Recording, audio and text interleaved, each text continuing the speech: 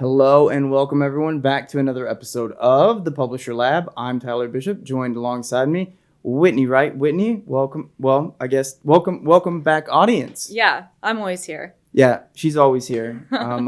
And I can be wrangled from time to time. That's true. Yeah, we've had to replace you when you went to Ireland, but yeah, it's good to be here. I am not very great on sleep right now, so I feel like you had your turn once where you're like, I could say something weird, and this is my time. Yeah, so the time change coming back from Ireland was pretty tough because I'd been in the UK 2 weeks prior, and then as soon as I got back, we changed the times here in the US, and I know we're 1 week behind. I know the Europe and things like that. So yeah, it's being able to try to get everybody on the same page is never easy, especially when it comes to something like time. I was reading that the airlines in particular are like, oh, I'm sure it's a mess to try to fly on daylight savings day. People probably miss their flights all the time. Yeah, are you familiar in some maybe more of the development side of our audience may be familiar with this, but are you familiar with Epoch time? No. So Epoch time is it's kind of a standard in computer programming. Okay. And I had to learn about Epoch time because I couldn't figure out why this program that I was building, it always kept giving me this error on the timestamp. And anybody that's ever managed a website before can be familiar with that sort of what is the obvious thing here that I'm missing that it seems like shouldn't be a problem. And Epoch time is It just gives you a number, and that number is a large one because I believe it's seconds. It's the number of seconds since the start of 1970. Oh my gosh. And that's just the time? It's just the time. Wow. It's kind of nice. Everyone would know exactly what time it is. Yep. It is the number of seconds since the start of, I believe it's January 1970, but there might be a specific date. I can't remember, but I had to find a converter online. It kept giving me the time as these strange numbers, and I was like, I don't know what that means. Right. It's like, since when? Since the beginning of time? How does it know? But yeah, I think it's interesting because I think a lot of things in digital publishing operate that way, where it's yes. nobody fully has adopted everybody else's metrics or systems. I know, yeah, we were just talking about Celsius and Fahrenheit, which is not related to digital publishing, but it's just another thing where I can never figure out Celsius when I go somewhere. But yeah, we were just saying it's not as precise as Fahrenheit, so it's hard to figure out what it is. But yeah, not related to digital publishing, but I think it's a principle though that it is throughout. I mean, it's you see it with just about everything from the things that become popular and become incumbent systems, something like a WordPress. It's not that there's not a better CMS or even a more modern CMS today or was back then. It's just there's certain attributes that something has sometimes that makes it, whether it's regional or worldwide, the one that gets adopted. And I think that in digital publishing, it's really good to be sensitive to that. Yeah, for sure. So we've got some big topics today. We got, Google broad core update. We got an ad industry changing standards and just general shifts in the programmatic market. So we'll jump right in. As many digital publishers will know, on March 15th, Google launched a broad core update. It is the first Google core update of this year, and it's the first one in more than 6 months. It can take up to 2 weeks to roll out. And this is from Search Engine Roundtable and Search Engine Land. They both kind of reported on it, so I pulled from both. Search Engine Roundtable reported that it's more black hat SEO seems to be affected more than white hat. And it looks to be most content. It's not completely focused on anything specific. And its reach is wide and the impact is fast. And Mozcast, they have that, temperature for algorithm or number. I'm not sure if it's temperature, but they do it kind of like temperature, but I see it get to 117 and stuff like that, which is, I mean, outside of being in like Dubai or something like that. I don't think you're going to be hitting 117 degrees outside. Yeah.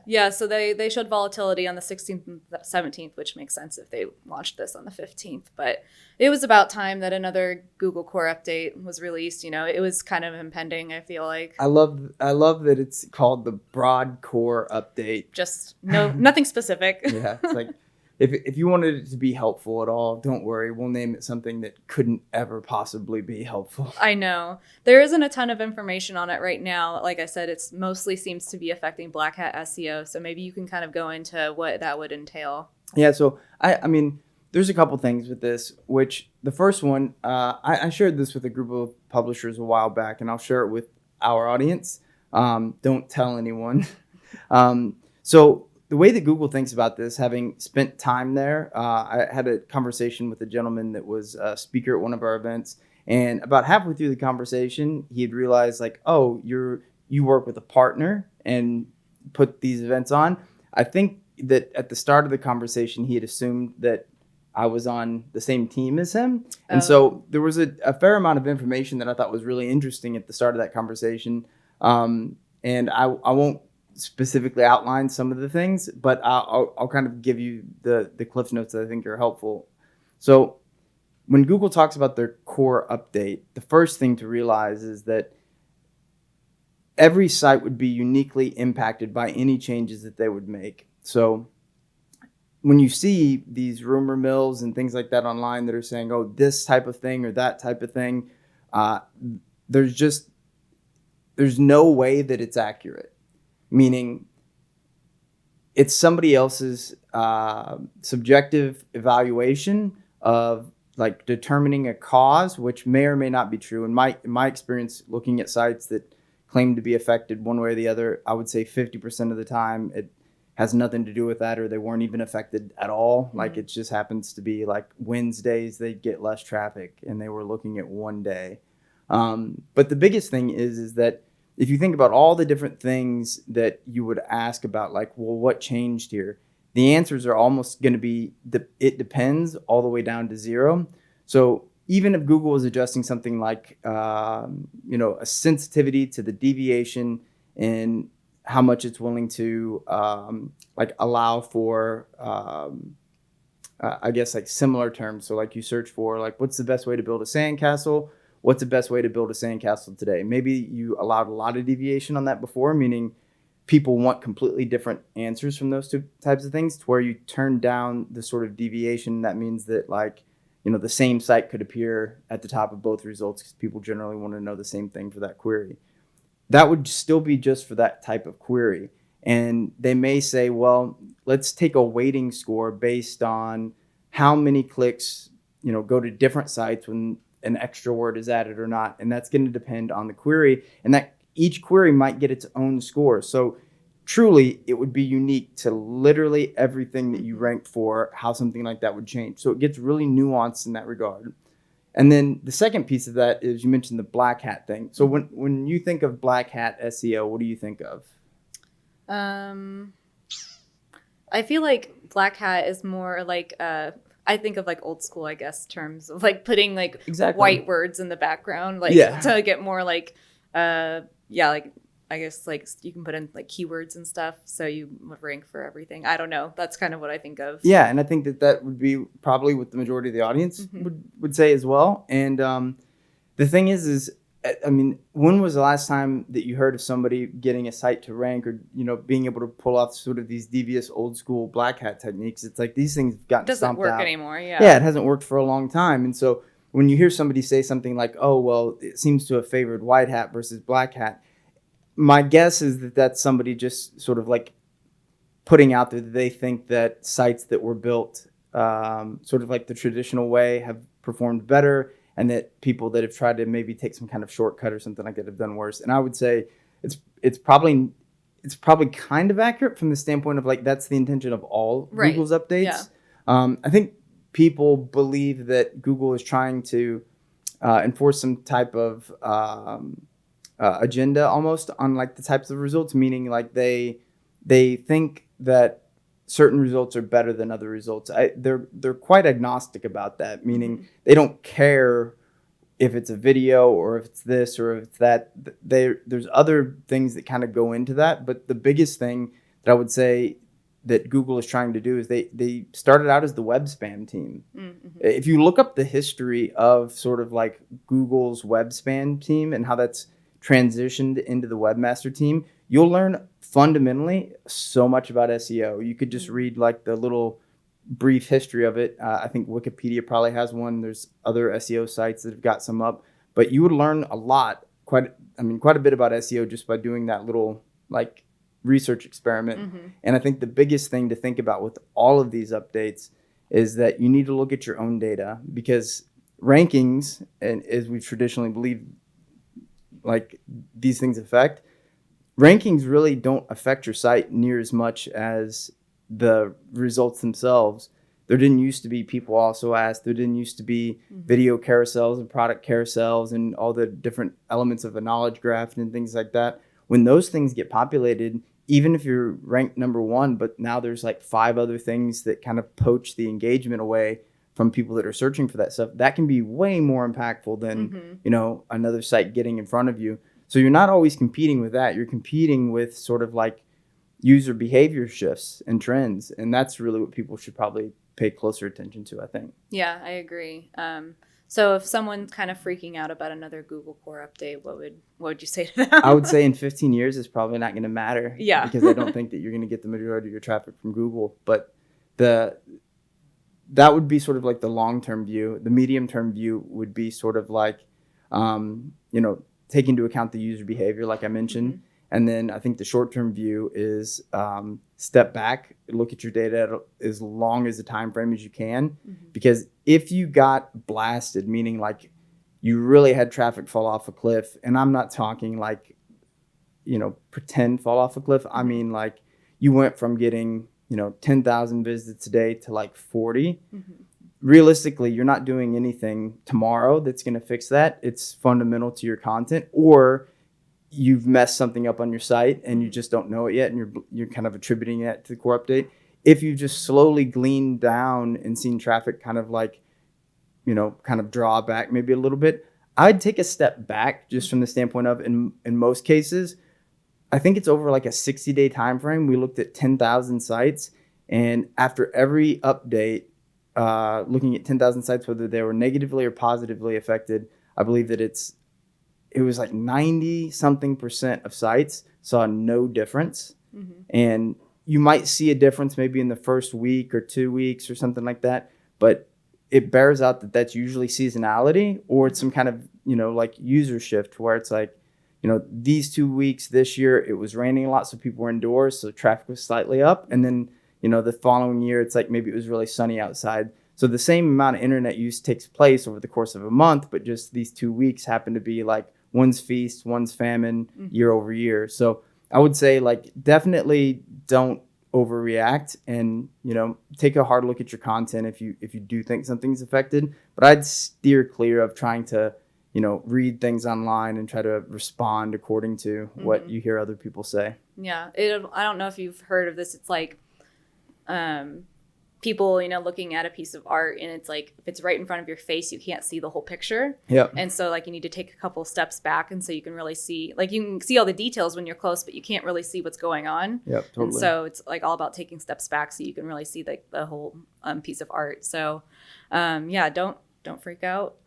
Take a step back, and like you said, it's going to be different in 15 years anyway. So yeah, and I do think that is true. I looked at. I'm kind of hot on that one because I saw I put it on my Twitter at Tyler Bishop. You don't have to follow me. You can just go check it out. It's a chart, and it shows basically mobile phone market share by brand. And in 2007, Apple wasn't like even on there. Right. It's like in the other category of like theoretical phones. And then you've got like Nokia and things like that. And then in 2008, Apple's on there, but it's like such a small percentage, And then you fast forward 15 years later, they're the largest company in the world. And that, 11% market share that they had has turned into like the most dominant like player in the space that you can't imagine being replaced, who at the time was like this little engine that could up against the likes of Nokia phones. What are they up to these days? Yeah, Motorola and Nokia. I think I have a headset at home from Motorola, and then I don't know. I have an old Nokia phone that my nieces play with every now and then. Yeah, right? Like, that's what happened to old cell phones. It's like missing some buttons. They're just toys now. Well, we have some ad industry changes. The ad industry launches an effort to revise new standard terms and conditions for digital advertising. This is from IAB.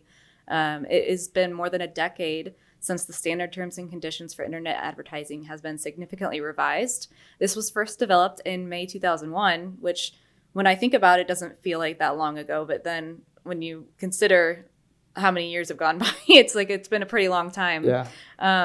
In April 2023, so next month, they have a task force that they're assembling with advertising agencies, marketers, publishers, and ad tech companies. And the CEO of IAB, David Cohen, has said, simply too much has changed for us not to revisit. Well, given that they first developed it during the end of the .com boom. Right. And it's been a decade since they've even looked at it. And like, think about what's happened since 2013. Yeah. Yeah, it's pretty, I mean, I guess the bigger question is, why? Meaning, if you look at it, they haven't looked at it in 10 years, and it's been 20 years since it was, developed, more than 20 years. Mm-hmm.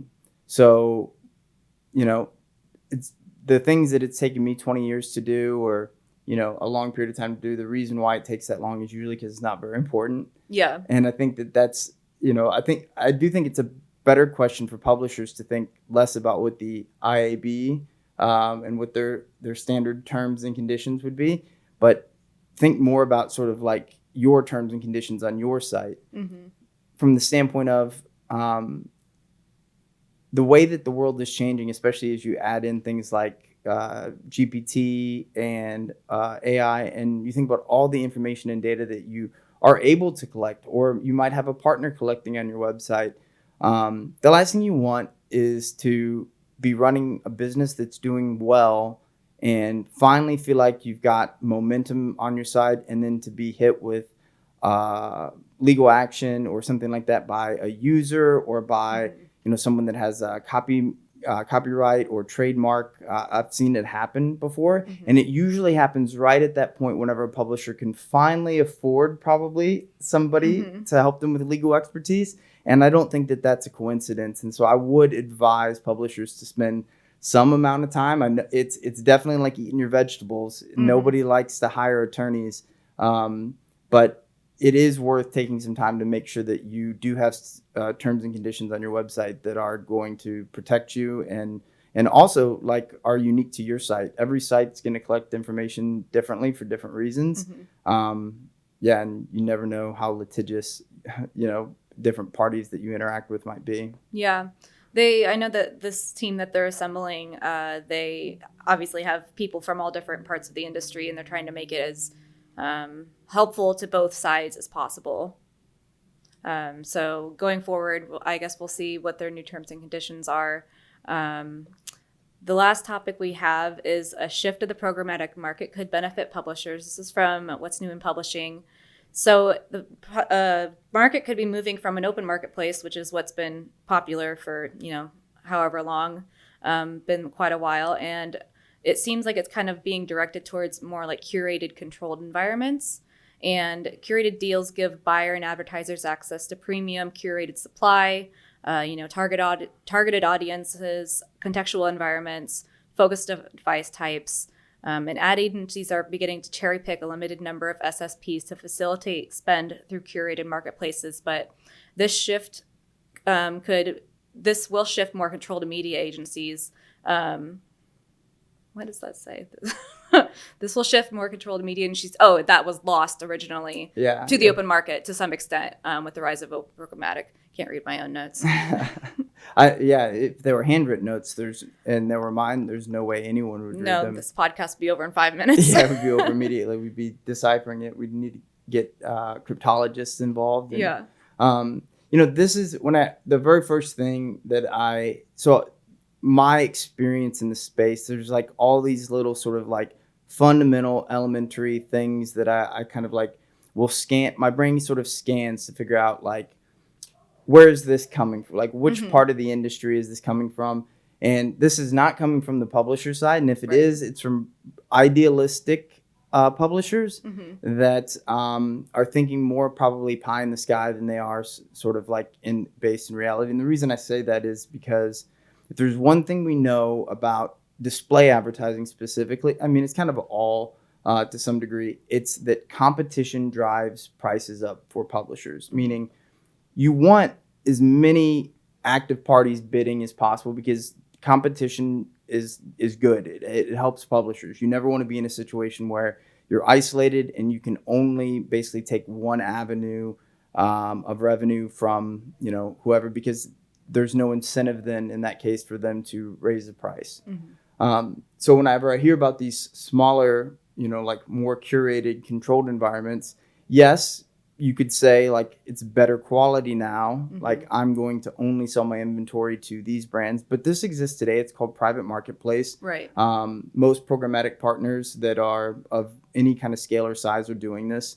And they went like we have private marketplace deals running on tens of thousands of sites, and they definitely add and augment revenue because they win bids. They are premium inventory. But here's the thing.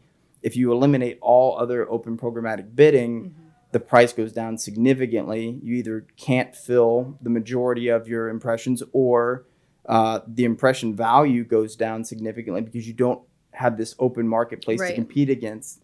And it's this way with just about everything, right? So like if you think about car manufacturer, somebody like a Tesla or something like that, Tesla is doing everything they can to drive down the cost of their vehicles right now. And it's because now all of a sudden there are other auto manufacturers trying to make EVs. And because of that, they know that they're going to have to be more competitive there. Before, it's like, hey, this is like not only is it almost the only EV that you can buy, but it's a vehicle that you can only get by buying a Tesla if you want to be electric. Now you have other options, and so the price has to come down. It kind of works in the inverse if you're on the publishing side, where advertisers have to spend more to be able to get that premium inventory. And agencies, while they can play a role in something like this because they can sort of like spin these things up and create this sort of like consortiums of these, brands and then publishers and kind of mesh them together.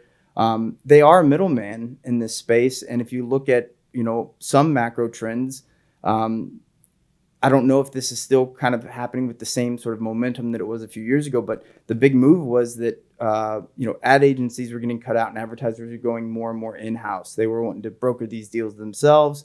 And that really is the best situation if you're a publisher. If you're a publisher, you want to work as closely as possible with advertisers directly. And as great as it would be if you could just do a bunch of direct deals, that's going back in time. Right. Like the reason why everything that exists the way that it exists today is because that scale provides a lot of value. If you're an advertiser and I'm a publisher, especially a smaller one, like how am I supposed to get the ear of every brand and why would I expect them? And it's hard for them. They may want to be on my site or advertising to my audience, but when you think about the amount of time that it would take to do a deal with me and the amount of spend that I'm going to take up of their overall budget, it just doesn't make sense for anybody. However, if there is a way to have a deal broker between us that is fast, where it's like you can do a deal with not just me, but the 10,000 me's that are out there, it makes a lot more sense. So I'm actually bullish on, I beat programmatic advertising up a lot, but it's getting better. I hate to say it because it's a very dirty space that has way too many parties in it, and it's growing in complexity. But I am starting to see the role of things like AI and sort of like, I guess, the cynicism from years and years of people being beat up in it, to where I do feel like it's much harder for people that provide no value to sneak in now. And I feel like those that have gotten away with it for a long time, that they're being exposed a little bit more.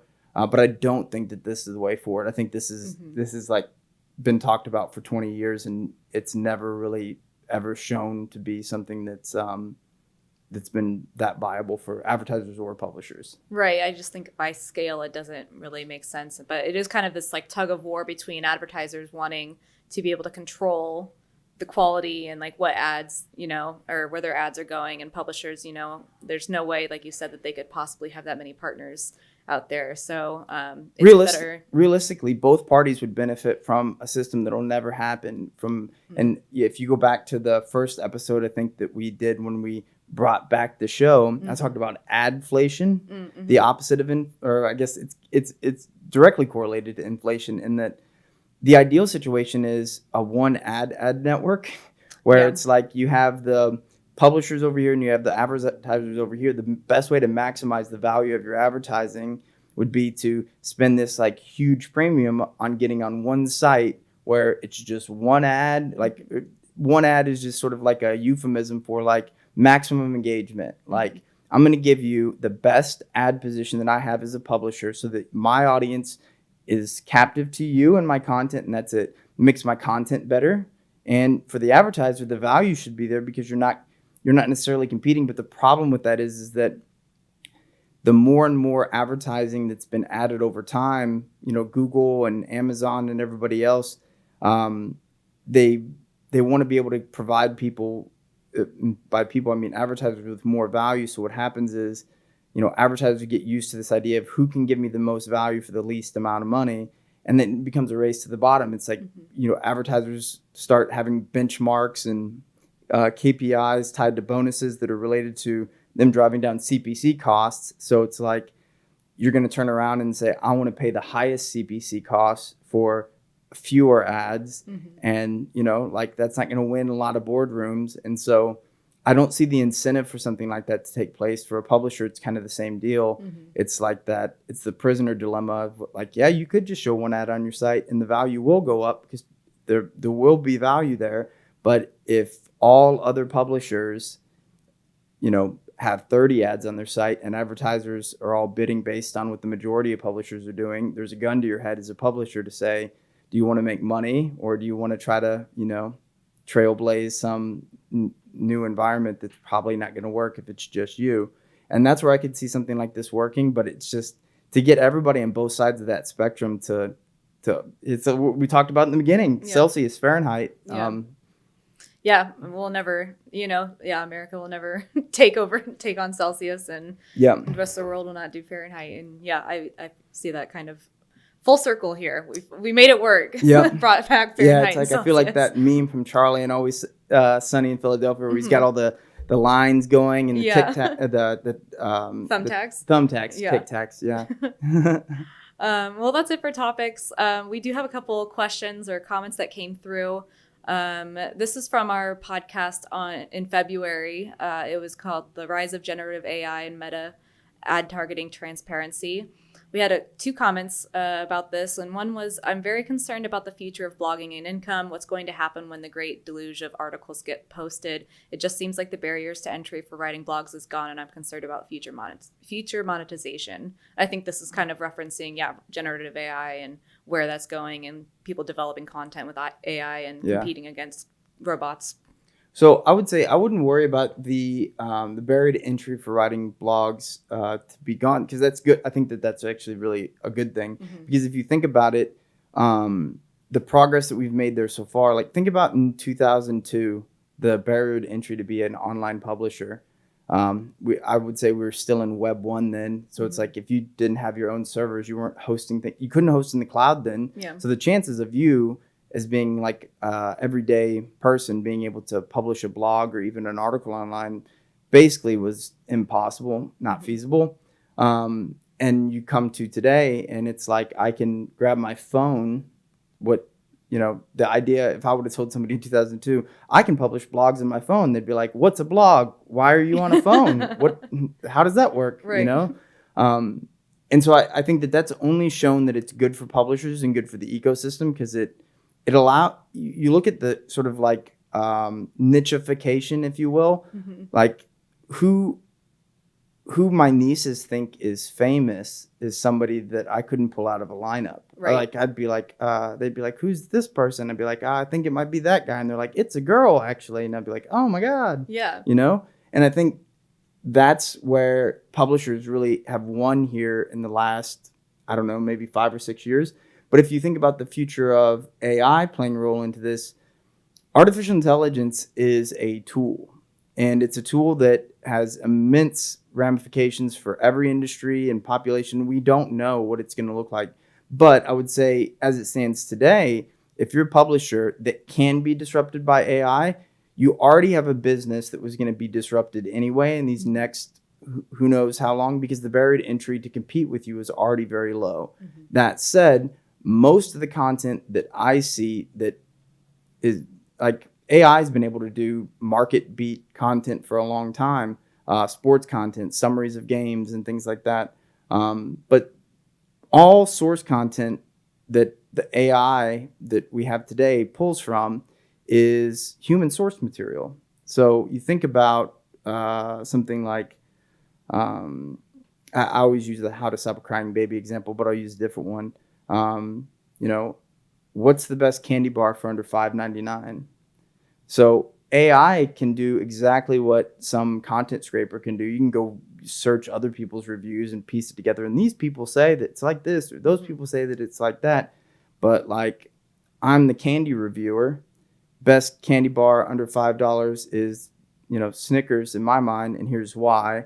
And this is what I like about it. And, you can kind of like dive into these things, but it's that perspective and that sort of experience that actually is the value of the content. Mm-hmm. And so AI is going to still need that. Mm-hmm. And it sounds weird because you're like, well, am I going to feed this beast that's going to in turn eat me?